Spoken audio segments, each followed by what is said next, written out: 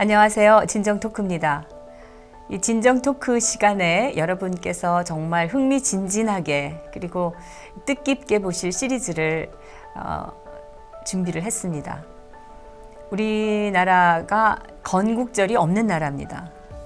그 이유는 이 좌파들이 이념에 몰입한 나머지 이념에 뜯어 맞추기 위해서 이 대한민국의 그 근현대사를 많이 바꿨기 때문이라고 생각합니다. 이 역사 논쟁은 사실 끝없는 싸움인데요. 그렇다면 우리가 반드시 알아야 할 진실은 무엇인가 질문을 던지지 않을 수 없습니다.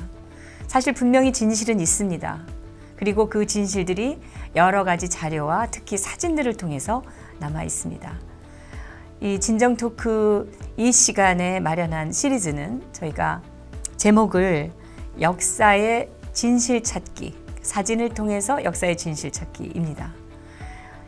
사진은 정말 거부할 수 없는 팩트죠. 이 사진을 보면서 그 사진이 찍혀지게 된 그 배경을 우리가 살펴보면 바로 역사의 진실은 이것이었구나 알게 되는 경우가 많이 있습니다. 그래서 여러분께서 지금 무엇이 우리가 오해하고 있는 건지, 무엇을 우리가 알아야 하는 건지 이 시간을 통해서 깨닫게 되시기를 바랍니다. 근현대사, 특히 이승만, 박정희 두 대통령에 대해서 많은 지식을 갖고 계시고 강의를 많이 하시는 조시철 목사님께서 이 자리에 나오셨습니다. 안녕하세요. 반갑습니다. 네, 이렇게 시간 내주셔서 감사합니다. 네, 조 목사님께서 이 이승만 대통령이나 또는 박정희 대통령이나 또는 이 대한민국의 그 근현대사에 대해서 많은 사진 자료를 가지고 계신 걸로 알고 있는데 어떻게 처음에 그 일을 시작하시게 되신 거예요? 제가 93년도에 네. 인도네시아로 나갔습니다. 네. 그랬는데 선교 나가신 거죠? 그렇죠. 선교사로 네네. 나갔는데 외국에서 보니까 우리 대한민국의 역사가 대단해요. 네. 그런데 오히려 그 이후로 우리 대한민국의 역사는 왜곡되기 시작됐고 또 많은 갈등을 겪게 되더라고요. 그래서 해외에 있으면서 우리나라 역사를 연구하게 됐습니다. 감사한 건 이제 해외에서 보다 보니까 여러 가지 자료들을 또 많이 접할 수 있게 되고 또 결론적으로 또 말씀드리자면은 제가 만약에 네이버나 다운을 검색했으면 이런 자료를 찾을 수 없습니다. 정부 통제하기 때문에. 네. 제가 자카르타에서는 모든 세계 사이트를 다 열어볼 수 있고 또 심지어 북한 사이트도 다 열어보면서 또 이런 사진들을 발견하면서 역사를 연구하게 됐습니다. 네이버나 다음은 그 내부의 그 뭐라 그래야 되나 검열이라고 그래야 되나 자기들이 자체적으로 대단히 이념에 치우쳐서 많은 제약을 가하고 있는 것 같아요. 예. 그래서 충분하게 자유롭게 검색이 안 된다는 그 불만이 많이 있던데. 저는 아예 지금까지 다음하고 네이버를 검색해 본 적이 없습니다. 네. 그럼 오늘부터 이제 시리즈로 우리가 역사적 진실을 한번 탐구해 볼 텐데 어떤 걸로 시작을 해볼까요? 여러분의 그 역사가 얼마나 중요한지 네. 제가 서론적으로 싱가포르 얘기를 좀 하려고 합니다. 네, 네. 화면을 보시면 네. 리관유 수상이 나오죠. 네. 1990년대는 그야말로 싱가포르와 대한민국이 아시아의 거대한 용이었습니다. 그렇죠. 아시아의 네 마리 용이라고 해요. 네 마리도 아니고 이미 이제 대만도 추월해서 선진국으로 가는 그런 나라가 이제 싱가포르와 우리 대한민국인데 리관유가 90년도에 사임을 하고 네. 놀랍게 70세에 컴퓨터를 배웁니다. 자판을 배우고 컴퓨터를 배워서 책을 쓰게 됩니다. 그 책을 쓰게 된 동기가 뭐냐면 싱가포르의 젊은이들이 풍요 속에서 태어나서 풍요 속에서 자라고 네. 그래서 싱가포르이 어떻게 선조들의 피와 땀과 눈물로 건국됐는지 역사를 모르면 네. 국제 경쟁력에서 질 수밖에 없다. 싱가포르의 미래는 없다. 그래서 과거에 치열했던 이 역사, 싱가포르의 위대한 역사를 모르면, 무지하면 싱가포르의 미래는 없다. 특히 청년들의 미래는 없다. 그래서 70세에 자판을 배우고 해서 역사책을 쓴 거죠. 네. 결국 그 이후로 싱가포르는 지금 아테네 이후에 초인류 도시국가가 됐습니다. 7만 불로 세계 1위입니다. 근데 우리나라는 오히려 93년도에 김영삼 정부가 들어서면서 오히려 그때부터 역사 왜곡이 있었습니다. 그래서 역사 무지보다 더 무서운 게 역사 왜곡입니다.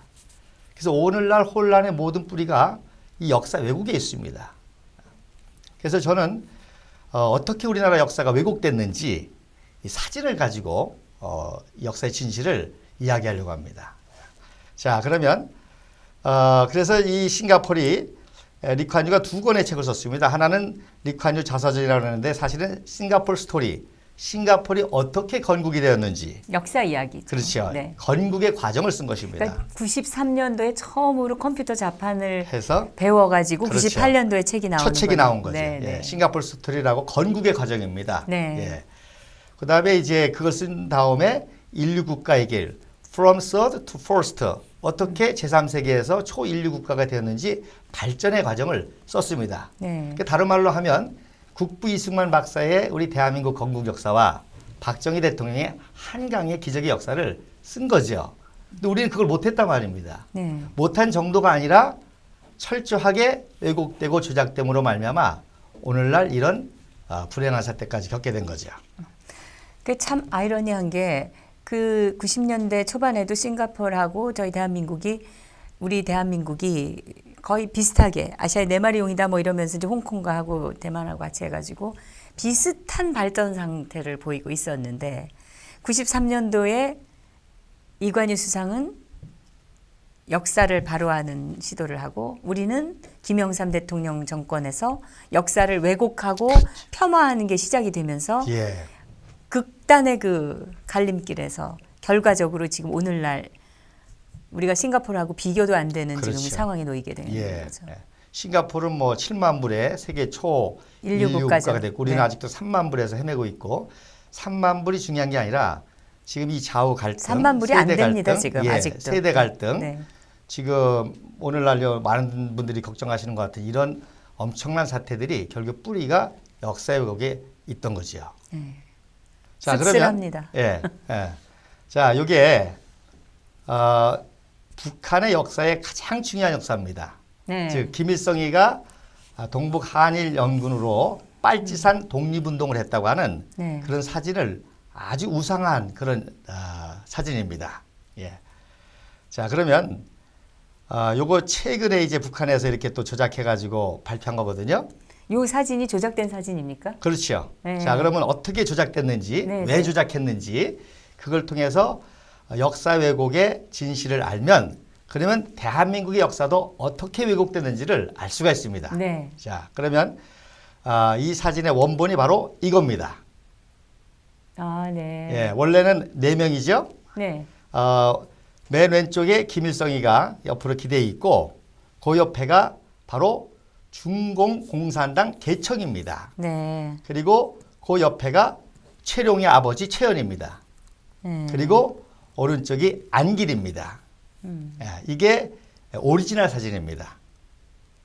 자, 그럼 이 사진의 뜻이 뭡니까? 바로 김일성은 중공공산당 개청의 쉬운 말로 똘만이었다는 거죠. 예.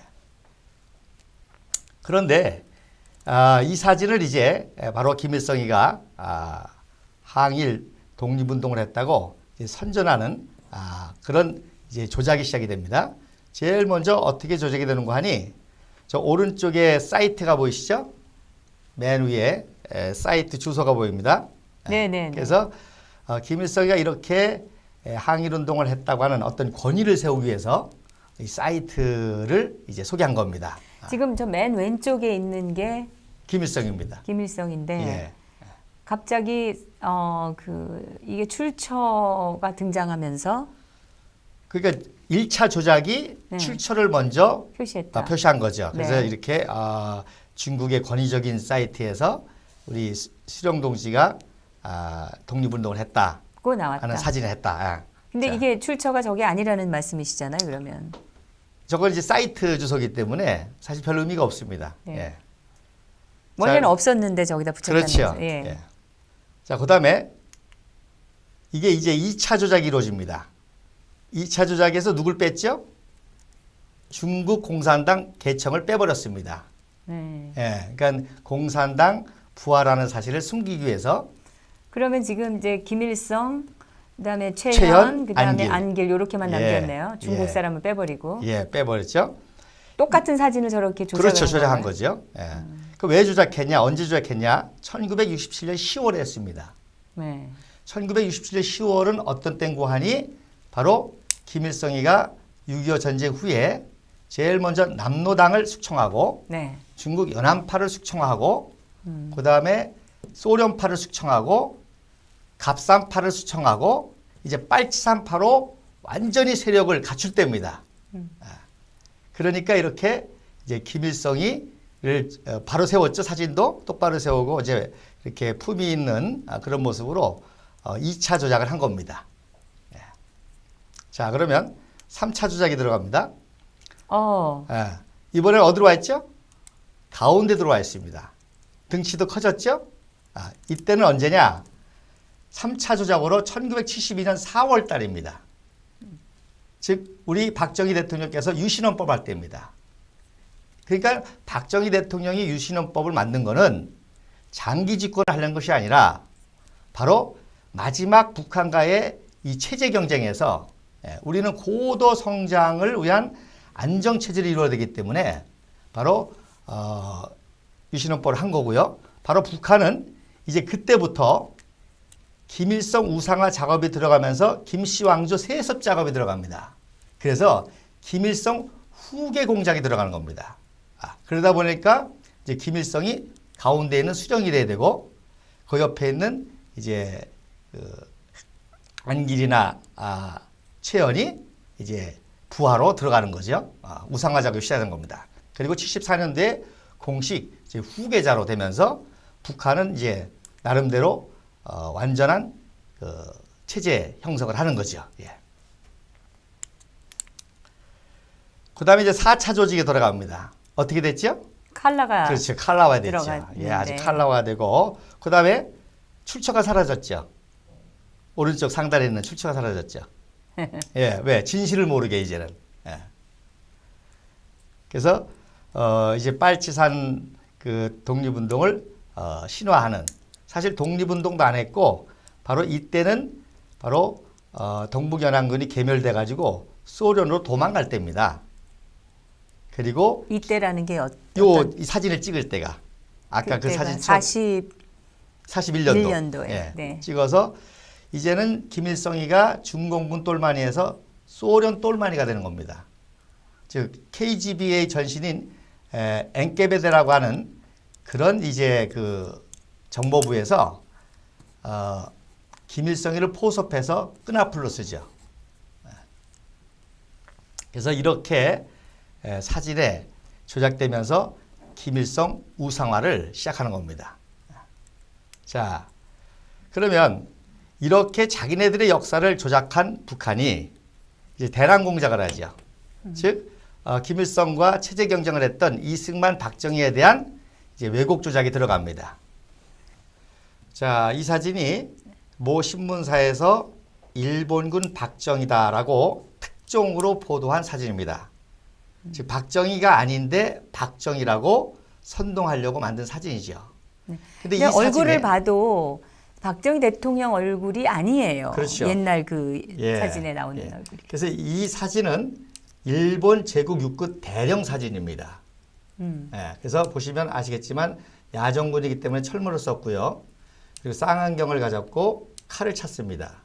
그리고 지금 보면 이 칼라에 계급장이 그렇죠. 붙어 있는데 별이 여러 개가 붙어 있거든요. 별은 3개라는 것은 네. 지금으로 하면 무궁화가 3개라는 뜻입니다. 네. 대령이라는 뜻이죠. 네. 그리고 중요한 건 줄이 빨간 줄이 3줄이 쳐 있습니다. 그러니까 대령 사진이죠. 근데 왜 그 좌파에서 이걸 박정희라고 선동하느냐? 박정희가 일본 육사를 마치고 40년 7월부터 45년 1월까지 소위에 인관하기 전에 수습사관을 합니다. 네. 그때 수습사관이 단 계급장이 바로 헌병조장 원사계급장입니다. 그 계급이 원사하고 헌병조장 계급장하고 비슷한 같습니다. 거예요? 같습니다. 그래서 두 번째 보시면 이거는 빨간 바탕에 노란 줄에 별이 3개가 있죠. 그래서 왜 그러면 좌파들이 이 사진을 가지고 박정희라고 조작하느냐? 바로 일본 식민지 때 한민족이 가장 실을 떠는 게 헌병 조장이었거든요. 일본 헌병. 그렇죠. 네. 조장이었거든요. 네. 그러니까 박정희를 그렇게 이미지를 씌우기 위해서 가장 비슷한 거를 고르다 보니까 대령 계급장하고 비슷하거든요. 멀리서 보면 모르잖아요. 그죠? 일반 사람들은. 예. 그러니까 박정희가 이 계급장을 갖고 그런 헌병 역할을 했다고 하는 그런 이미지를 씌우기 위해서 조작한 거라는 거죠. 그리고 난 다음에 45년 1월 달에 이렇게 맨 아래에 있는 것처럼 정식 소위 계급장을 답니다. 그러니까 중간에 있는 노란 줄 하나짜리는 예. 별이 3개 붙어 있거나 말았거나 그거는 원사 그렇죠. 수습 예. 장교의 예. 계급이고 그다음에 이제 정식으로 소위가 됐을 때는 이제 예. 빨간 줄 2줄에 예. 별 하나 붙은 것부터 예. 시작을 하고 그 맨 위에 있는 그거는 줄도 3개고 예. 별도 3개고 예. 이거는 그 당시 사진 찍은 그 시점으로 보면은 박정희 대통령의 모습이 아니고 박정희 대통령보다 훨씬 그 높은 사람의 당연하죠. 사진을 예. 지금 예. 그러면 조갑재 선생께서는 왜 저거를 잘 모르죠. 박정희 대통령 사진이라고 인용을 했을까요? 이게 잘 모르는 거죠. 그러니까 사진을 자세히 안 보면 분석하자면 모르죠. 아마 이거를 이렇게 분석한 분들이 아직 없을 거예요. 네. 그리고 저는 제가 말씀드린 여기의 핵심은 왜 좌파들이 의도적으로 수많은 사진들이 있었을 텐데 이 사진을 가지고 박정희라고 모독했느냐. 바로 대령 계급장하고 원사 계급장하고 멀리서 보면 비슷하잖아요. 그래서 별이 3개라는. 그렇죠. 그걸로 박정희가 일본군 네. 헌병 역할을 했다고 하는 이미지를 씌우려고. 즉 네. 우리 민족이 거기에 굉장히 민감하잖아요. 그런 이미지화 하려고 여러 사진 중에서 이거를 엄청나게 골랐겠죠.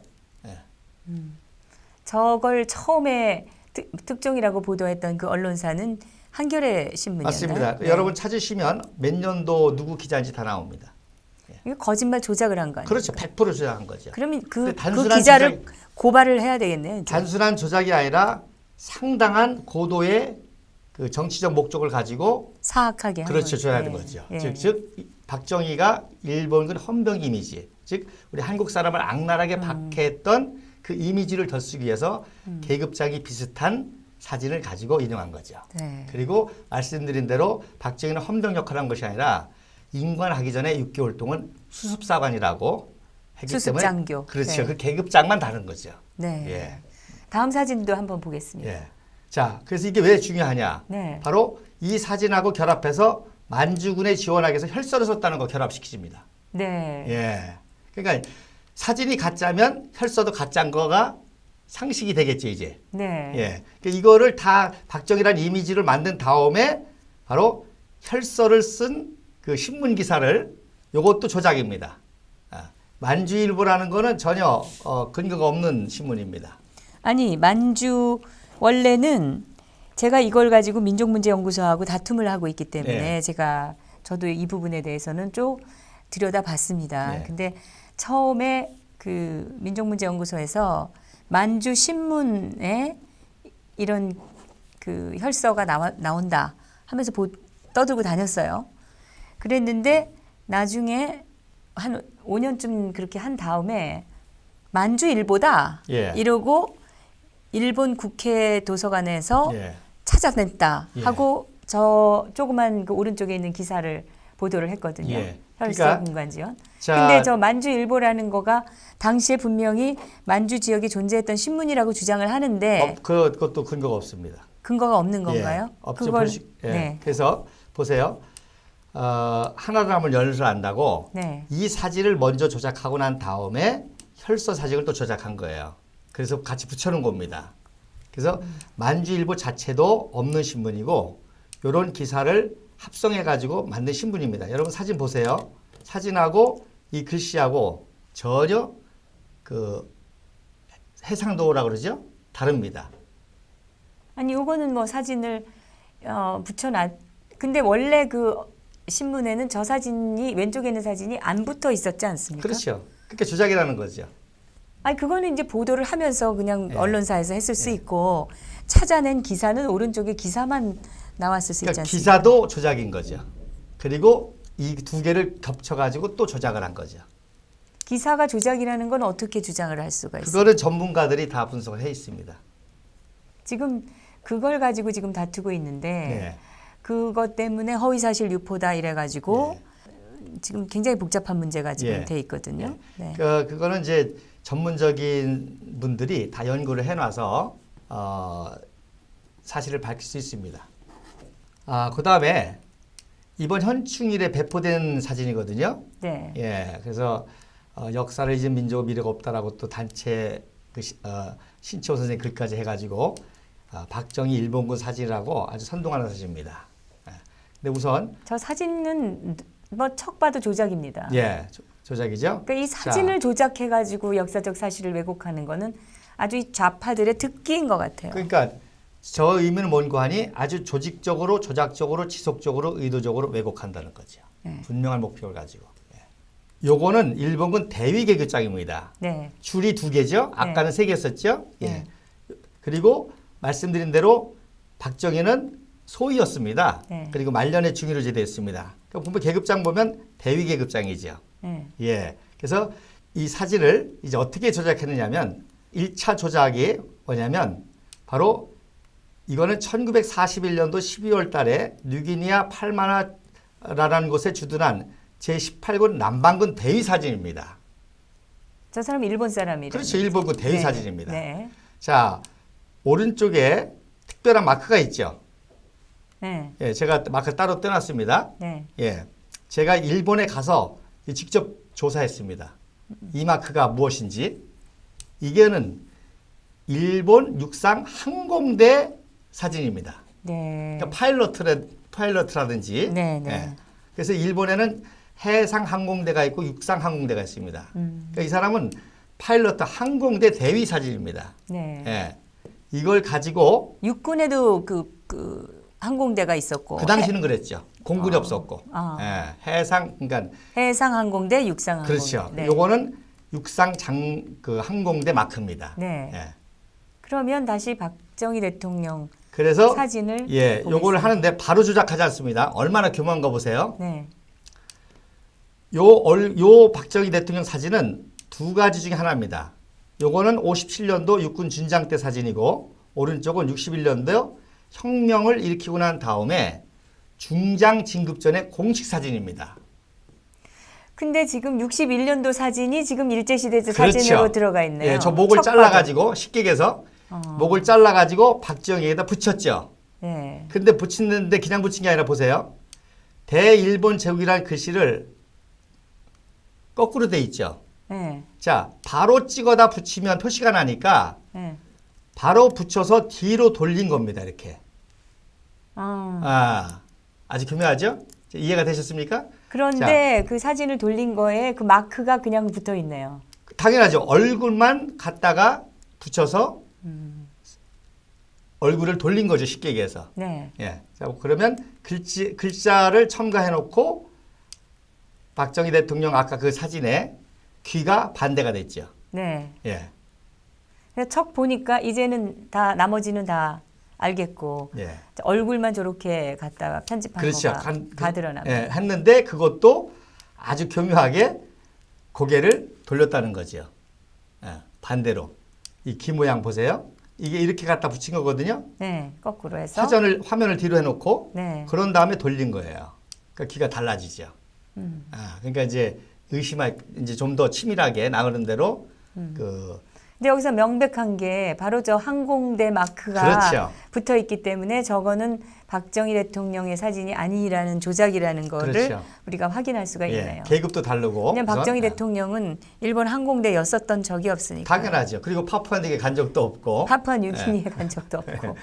예, 그리고 말씀드린 대로 이때 박정희의 나이가 그리고 이 27살입니다. 사진에 보면은 예. 이쪽 사진의 뒤에 배경이 구름이 있잖아요. 그렇죠. 근데 우길 승천기를 우길 바꾸었죠. 승천기를 일부러 집어넣는 그렇죠. 바람에 구름이 예. 저렇게 잘렸다는 예. 게 다 자, 보이네요. 그런데 이런 일들을 지금도 안 멈추고 계속하고 있다는 겁니다. 무슨 뜻입니까? 자, 칼라화 됐죠? 네. 아까 김일성 사진 어떻게 됐죠? 칼라화 시켰죠. 예. 같이 하고 있다는 겁니다, 지금. 그래서 이번에 그러니까 이 종북 세력들이 그 김일성을 계속해서 조작을 하고 있는 것처럼 그렇죠. 그 수법과 그 기술과 똑같이 박정희 대통령에 대해서도 하고 있다. 그렇죠. 그러니까 박정희 대통령뿐만 아니라 이승만 박사 대한민국의 역사를 다 그렇게 조작하고 있다는 거죠. 이 바보 같은 국민들만 진짜 막말로 개 돼지처럼 다 그렇죠. 속고 있는 겁니다. 그래서 제가 이제 이런 사진을 통해서 우리 국민들에게 진실을 알리는 겁니다. 네, 우리 국민들이 똑똑하니까 네. 우리 청년들이 똑똑하니까 저걸 보면 이제 이해를 할 거예요. 네. 그래서 왜 이렇게 치밀하게 조작하고 지속적으로 계속해 가는가? 저기 옆에 그 큰 글씨를 메모처럼 써놓으셔가지고 세뇌 본부 서울의 소리는 무슨 말이에요? 그게 보세요. 이번에 이제 문재인 정권이 쓰면서 아주 담대해졌습니다. 요 밑에다가 이거를 만든 서울의 소리라고 아주 써놨어요. 내놓고 한다 이거죠 그렇죠. 이제는. 예. 그럼 서울의 소리라는 거는 뭐 하는 놈들인가요? 그러니까 쉽게 얘기해서 역사 세뇌 조작 본부라고 보면 되겠죠. 예. 저기를 찾아야 되겠네. 예. 아주 대놓고. 그다음에 여기에 이제 그래서 보세요. 이렇게 일본군 사진을 놓고 악랄하게 그 양민을 학살하는 사진을 놨거든요.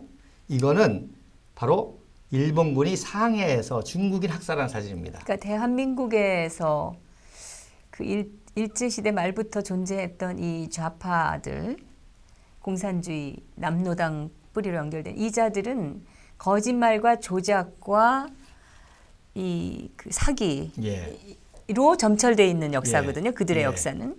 근데 그게 단순히 북한의 역사 조작 끝나는 게 아니고 남한에 영향을 미친다는 거죠.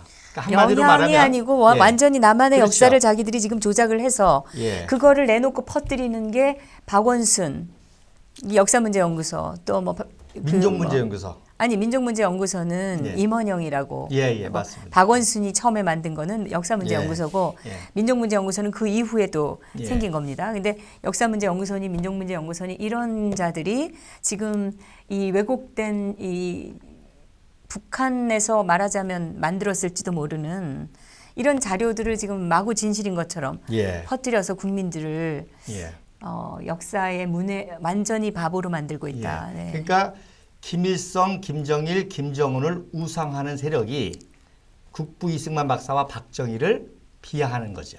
똑같이. 역적으로 만들고 있는. 그렇죠. 그 수법과 그 목적과 의도가 똑같다는 거죠. 네. 지금 다음 사진 또 한번 보겠습니다. 그래서 이제 박정희 대통령에 대한 이제 진실을 이제 그러니까 박정희 대통령이 얼마나 가난했었든지 이게 이제 구미 생가하고 어린 옛날 시절 그 얘기입니다. 구미 생가의 원래 사진이 모습이죠. 그렇죠. 예. 저렇게 가난한 집에서 어렸을 때 맞다. 사진입니다. 네. 그리고 이제 대구 사범을 다니게 되죠. 네.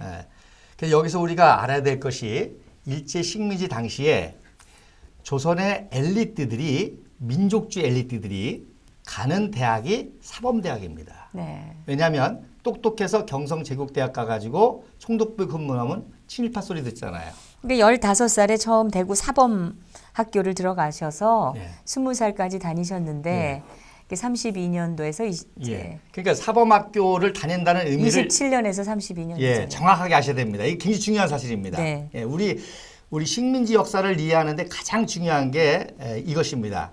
자, 말씀드린 대로 식민지 당시에 조선의 똘똘한 엘리트들이 민족주의와 자존심을 지키면서 가는 대학이 사범대학입니다. 그게 이제 후진을 양성하는 것을 사명으로 생각했기 때문이 그거보다도 아닐까요? 그것도 있고 그 사범학교에서만큼은 네. 계속 민족교육이 비밀리에 이루어지고 있습니다. 네. 그러니까 사범대학 교사들은 다 민족주의자로 애국가와 그 태극기를 생명 걸고 몰래 가리키는 그런 학교가 사범학교입니다. 그러니까 똑똑해서 상업학교 들어가서 조선은행 근무하면 친일파 소리 듣잖아요. 또 경성제국대학 나와가지고 총독부 들어가서 일하면 친일파 소리 들 수 있잖아요. 그러니까 그런 자존심 때문에 들어가는 대학교가 사범대학입니다. 그러니까 사범대학 출신들은 다 민족주의자라고 보는 거죠. 그래서 백선엽도 평양사범, 최명신도 평양사범입니다. 그러니까 그 사람들이 일본군 장교였다고 하는 이유 하나만으로 친일파로 매대하는 것은 바로 아까 말한 그 세력들의 조작이죠. 그래 조작이죠. 그래서 5년 동안 이제 그 대구 사범을 다닙니다. 그때 현준혁이라는 사람을 만납니다. 이 사람이 민족주의자지만 공산당이에요. 이 사람이 굉장히 유명한 사람입니다. 우리가 해방당하고요, 해방되고 제일 먼저 암살당한 사람이 현진혁입니다. 네. 북한에서. 예. 그 북한에 갔는데. 그렇죠. 북한에 이제 해방되면서 이 사람이 북한으로 올라갔죠. 네. 왜냐하면 그 당시 최고의 공산주의자였기 때문에 공산주의 정부를 그 세우는 그야말로 김일성이를 능가하는 사람이었습니다. 근데 왜 암살당했냐? 바로 하도 소련군이 그 만행을 저지르잖아요. 그러니까 우리 민족주의자들이 소련군 찾아가서 만행 좀 하지 말라 하니까 안 들어줍니다. 그러니까 공산주의 대표인 현진혁을 찾아갑니다. 현진혁 보고 좀 공산주의 만행을 좀 저지해달라. 근데 제 힘으로 안 되잖아요. 그러니까 현진혁을 암살해 죽인 거죠. 그리고 이제 김일성이를 내세워서 공산주의 세운 거죠. 어쨌든지 간에 바로 박정희가 바로 이때 현진혁을 통해서 공산주의 사상을 어느 정도 접하게 됐다는 겁니다. 그러나 결론적으로 말씀드리지만 박정희는 절대로 공산주의 행적을 한 기록이 전혀 없습니다. 그건 뭐 나중에 또 새로운 장소. 그래서 이게 이제 졸업식 때 사진입니다. 거의 37년도 5학년 때. 저 오자 표시나죠? 여기 오자. 네. 예. 그래서 이제 졸업식 전에 어머님을 만난 사진입니다. 근데 저 사진에서는 박정희 대통령이 저 얼굴이 좀 달라 보이네요. 귀를 보고 알겠네요, 근데. 예, 귀가 맞죠. 독특한, 아까랑 네. 똑같죠. 예, 맞습니다. 예. 그리고 이제 문경 초등학교에 들어가게 됩니다. 네. 예. 지금 오른쪽에 있는 사진을 조금 확대한 것이 왼쪽에 있는 사진인 것 같아요. 예, 맞습니다. 네. 예. 그래서 여기서 또 우리가 중요한 또 사실을 알아야 됩니다. 일본 교육부에서 교사들을 발령 낼 때 네. 교사 중에서도 가장 민족주의 성향을 가진 사람은 좋은 데 보내겠어요? 나쁜 데 보내겠어요? 나쁜 데 보내죠. 나쁜 데 보내겠죠. 네. 박정희는 물론 성적도 안 좋았지만 가장 강한 민족주의 성향을 가졌기 때문에 문경 초등학교 아주 시골로 보낸 겁니다. 예. 그래서 박정희는 이제 39년도부터는 이제 만주 군관학교를 들어가려고 그 공부를 비밀리 하면서 숙직실에서 일부러 살면서 아이들에게 민족 교육을 합니다. 그래서 애국가를 가르치고 태극기를 가르치고 역사를 가르칩니다. 그러면 이제 박정희 대통령이 왜 만주 군관학교를 갔느냐? 아시는 것처럼 민족주의적인 성향이기 때문에 일본인 교장과 체육 선생이라든지 이런 사람한테 많은 수치와 소모를 당하고 또 교장한테 맞기까지도 하니까 또 일본인 교사들이 전부 때로 달려들어서 린치를 하기도 하고 그렇죠. 하기도 아주 하고. 순환을 많이 당하신 분이라고 그렇죠. 들었습니다. 그런데다가 이제 또 중요한 거는 39년도부터는 일본이 태평양 전쟁을 일으키려고 합니다. 그렇기 때문에 조선의 청년들이 강제로 끌려가서 총알바지가 됩니다. 그래서 이때 많은 청년들이 일본군 장교가 됩니다. 일본군의 장교가 돼서 뭐 호위호식을 했다는 게 아니라 사병으로 끌려가서 총알바지 되느니 사관학교 들어가면 일단 공부하는 과정에 전투에 참여하지 않을 거 아니에요. 그리고 전술과 그렇죠. 이 지휘를 배우니까 그렇죠. 그런 말하자면은 실력을 키우기 위해서 그렇죠. 이용한 것이라고 볼 수가 있는 그리고 거죠. 말씀드린 대로 저런 사범 출신의 사람들은 다 민족적인 성향을 가졌기 때문에 언젠가 독립이 된다는 꿈을 가졌습니다. 그래서 이런 전쟁 상황에 백선엽이도 그렇고 이런 분들이 다 많이 그 일본은 육사에 들어가게 되는 거죠. 또 만주군관학교에. 백선엽 장군도 지금 친일파로 100% 날조입니다. 더불어민주당의 김광진 같은 예. 그런 젊은 애들이 예. 뭐 완전히 매도를 하고 한마디만 얘기했죠. 네. 만주에서 대위로 근무하다가 해방이 되자마자 조만식이 고향 평양에 들어와서 조만식 선생 비서를 합니다. 백선엽 백선엽이. 장군께서 예. 그러면 백선엽이가 친일파면 어디 감히 민족주의자의 최고 민족주의자인 조만식 선생의 비서가 되겠어요. 예. 그리고 백선엽이 똑똑하니까 이미 김일성 측으로부터 많은 공산주의 정권에 참여해달라고 하는 요청을 받았죠. 그러나 백선엽 장군께서는 그렇죠. 기독교인이고 민족주의자고 하니까 내려오신 거죠. 네. 예. 알겠습니다. 이 사진을 또 보겠습니다. 다음 사진. 예. 그래서 만주 군관학교에 이 사진이 지금 1940년 만주 군관학교에서 찍은 사진이라는 건데요. 이 얼굴이 아까 그 나와 있는 사진하고는 전혀 다르거든요. 귀도 다르고. 그런 걸 보면 아까 그 처음에 우리가 봤던 소위 이 한겨레 신문이 박정희 대통령이다라고 했던 그 일본 군복 입은 사진은 예. 그건 조작이고 예. 다른 사람의 사진이라는 예. 걸 알 수가 있습니다. 근데 이제 이 사진은 이제 그래서 박정희 대통령 생가에 있는 그런 사진이고요. 그래서 왜 39년도에 왜 떨어지냐면 나이가 많아서 떨어집니다. 네. 예. 그런데 40년대는 입학을 합니다. 왜? 네. 말씀드렸죠? 이제 태평양 전쟁을 해야 되기 때문에 네. 이제 대거 뽑아서 들어가게 되는 겁니다. 그래서 그 만주 학교는 당시 세 부류가 입학을 했습니다. 만주인과 일본인과 조선인 세 부류가. 그래서 2년 동안 1등을 하지요. 그러니까 박정희가 여기 들어갔다는 거는 친일파라는 의미가 아니라 당대 아시아에서 제일 똘똘한 엘리트였다는 의미입니다. 그러니까 오히려 우리 식민지에 있는 우리 한국 사람들에게 굉장한 자부심을 줬죠. 근데 왜? 그 40년도에 이제 들어가신 걸로 돼 있는데 네. 사실 기록의 여러 군데에서는 40년이 아니고 39년에 들어갔다 이런 말도 있고. 그러니까 39년도에 떨어진 거죠. 한번 떨어지고 떨어졌는데 40년도에 들어간 거죠. 그런데 그 들어간 이유는 박정희 대통령께서 당시에 그 대구 사범 다니시면서 교련을 워낙 잘해가지고 예. 이미 나이가 한참 이제 그렇죠. 넘었는데도 예. 그 교련 교육의 실적 때문에 점수가 높아서 특별 추천서를 당시 교련 선생님께서 써줘서 예. 그걸로 해서 들어갔다 이런 역사적 기록이 있거든요. 예. 그래서 이제 박정희 대통령이 아까도 말씀드린 대로 이제 그 만주 군관학교 간 거는 첫째는 복수. 그래서 이제 아까 말씀드린 소위 계급장을 달자마자 고향 문경에 옵니다. 그래서 소위를 달고 문경에 오니까 그러니까 맨 처음에 우리가 봤던 그 원사 계급을 떼고 이제 정식으로 그렇죠. 소위로 소위가. 인간하자마자 예. 문경에 오죠.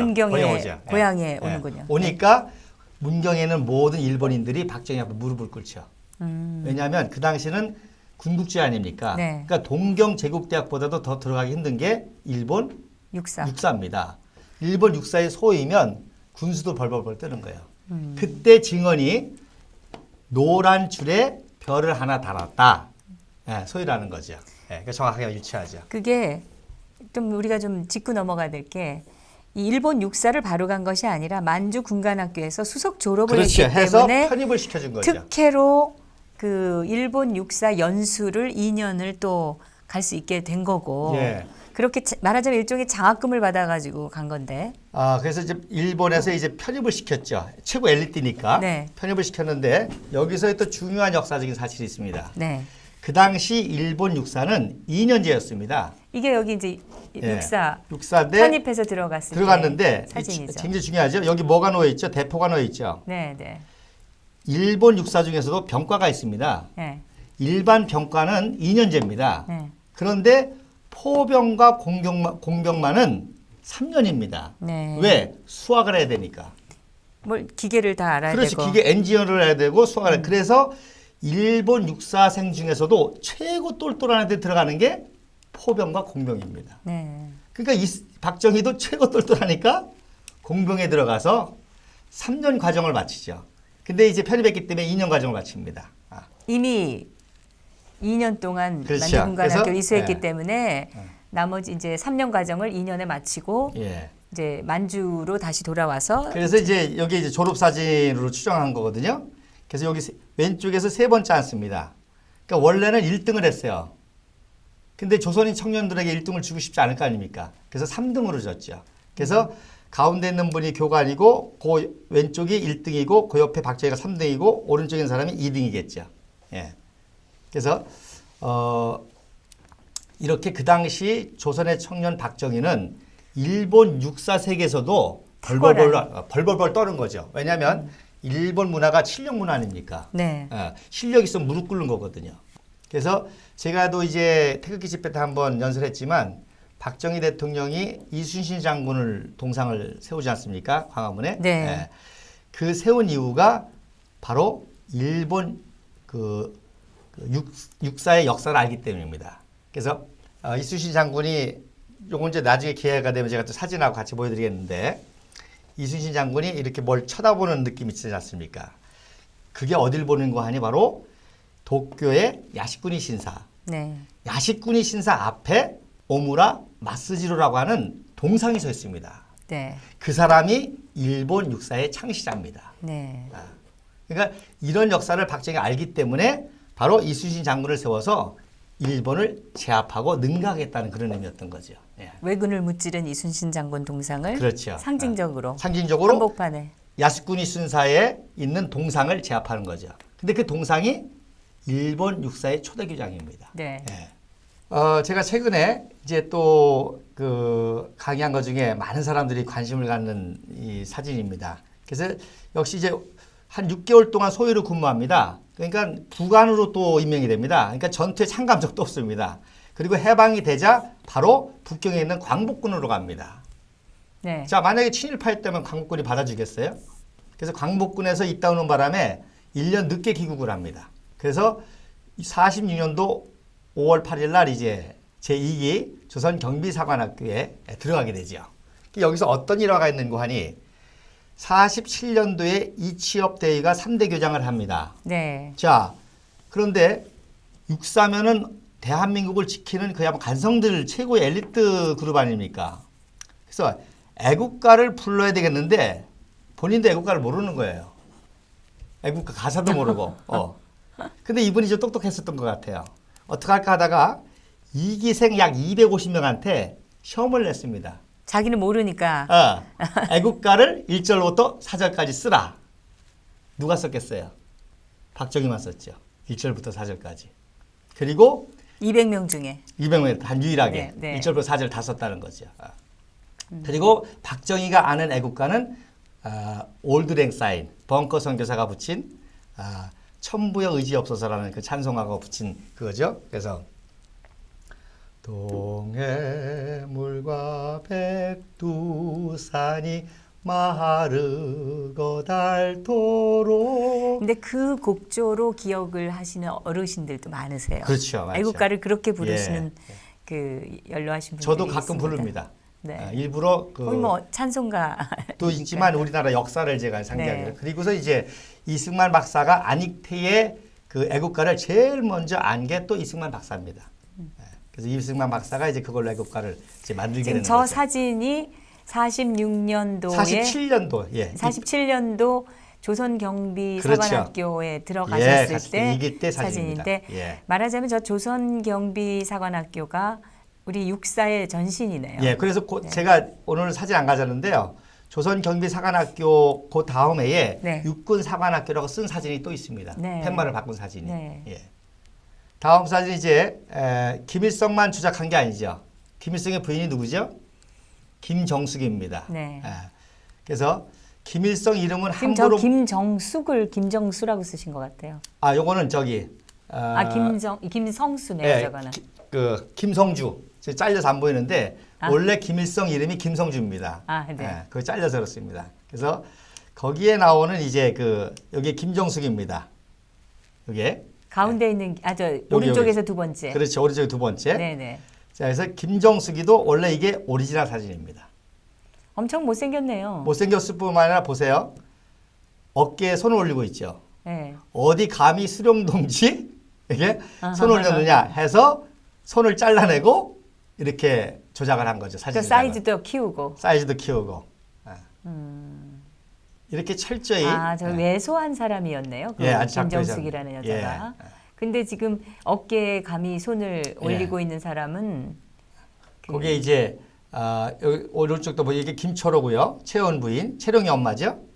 여기 김정숙이고 그다음에 이게 안영 부인인 바로 리영숙이라는 여자입니다. 그리고 왼쪽이 황순입니다. 이분이 작년까지 살아있어가지고 나왔죠. 그래서 이렇게 김정숙이도 철저히 우상화 작업을 한 거죠. 요것도 제가 원본을 못 찾았어요. 근데 조작입니다. 자, 보세요. 김정숙의 손이 시커멓죠. 크죠? 갖다 붙였다는 얘기예요.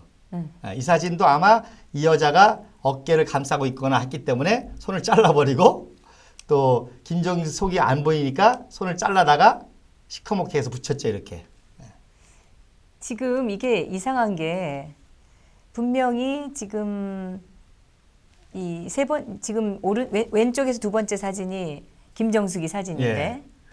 그러면 손이 이쪽으로 지금 이게 길이가 달라요 지금. 맞습니다. 이렇게 잘라 붙였다는 거죠. 네, 조작을 했기 때문에 예.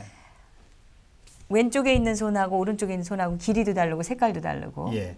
그래서 우리 아까 정 대표님 말씀하신 것처럼 사진이 중요하기 때문에 네. 사진을 조작해서 역사를 조작하는 거죠.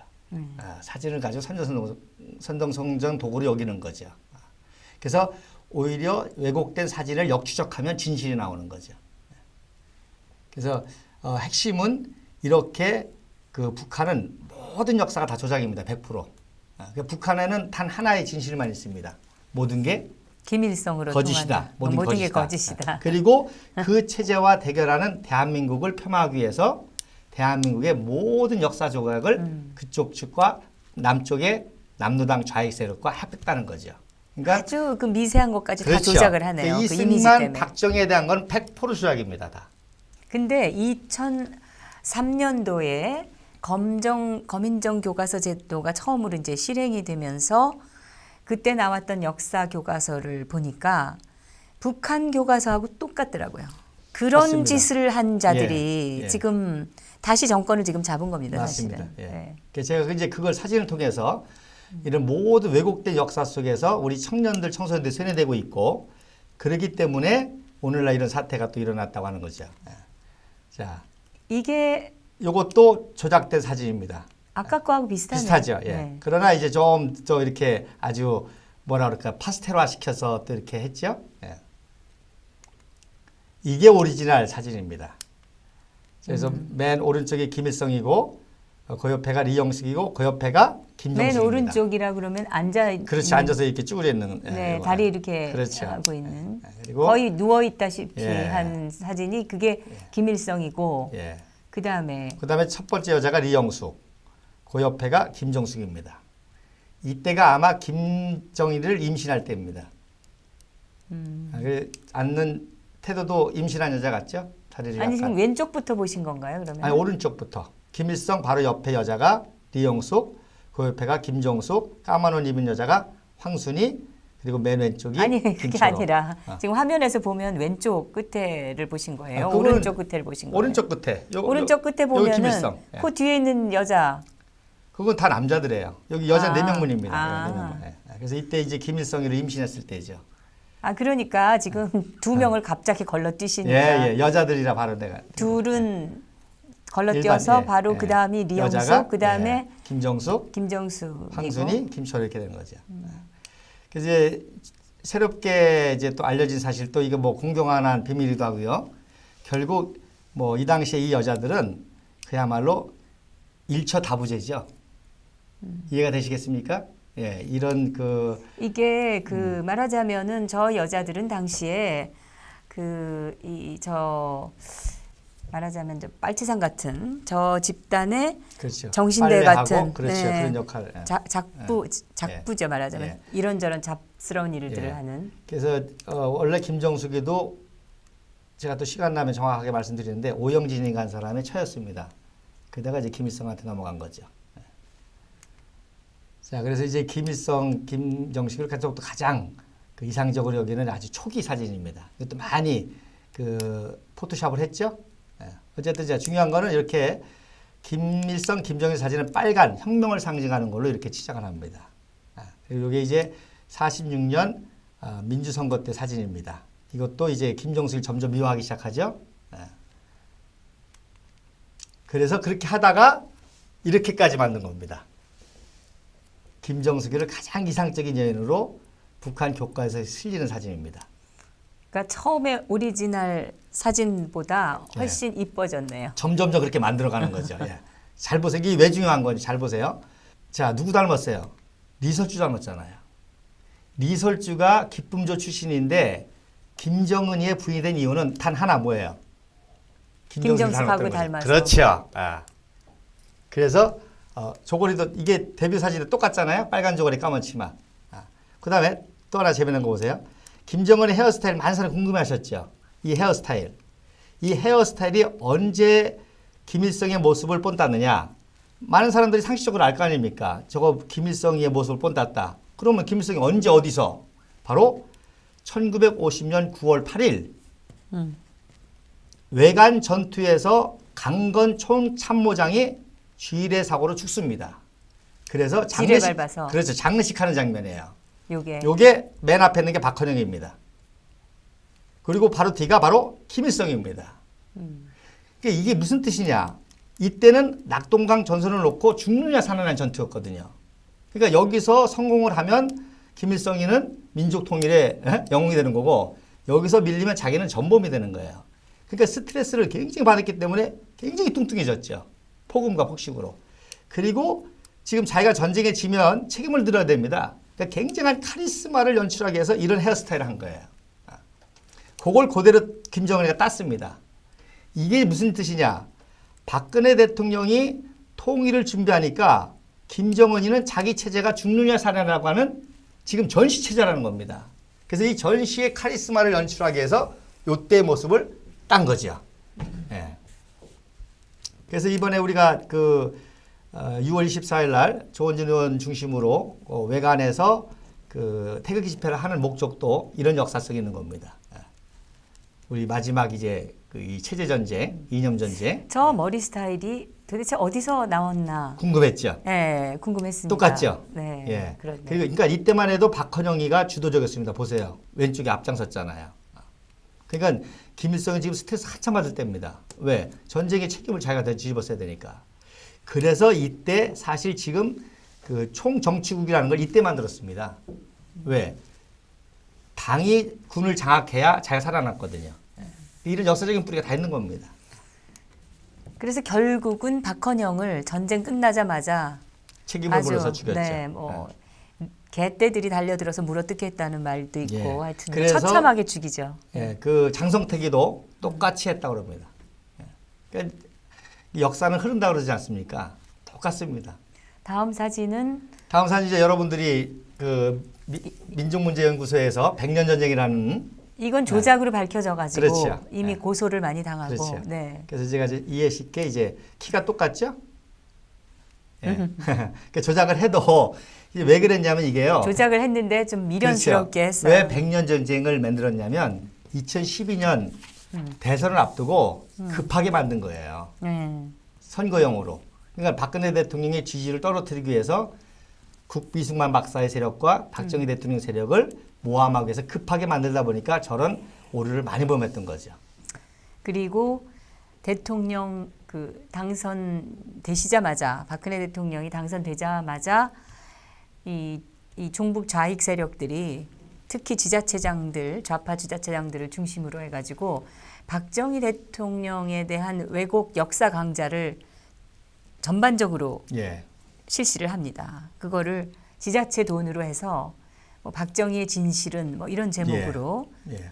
강연을 하기 시작하는 게 바로 박근혜 대통령의 정권의 그 근간을 흔들기 위한 짓거리들을 그렇게 한 것이죠. 예. 이게 지금까지 우리가 봤지만 이거는 정권 문제가 아니라 역사 문제라는 거죠.